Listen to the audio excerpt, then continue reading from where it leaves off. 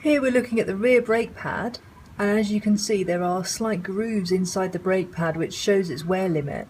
Now I've got lots left on this brake pad, so I'm okay with that. If you're not sure, take the calipers off, clean off any grit, grime, grease, use a pick tool to clean out the grooves. Again, there's another video showing you how to overhaul your calipers if you need to.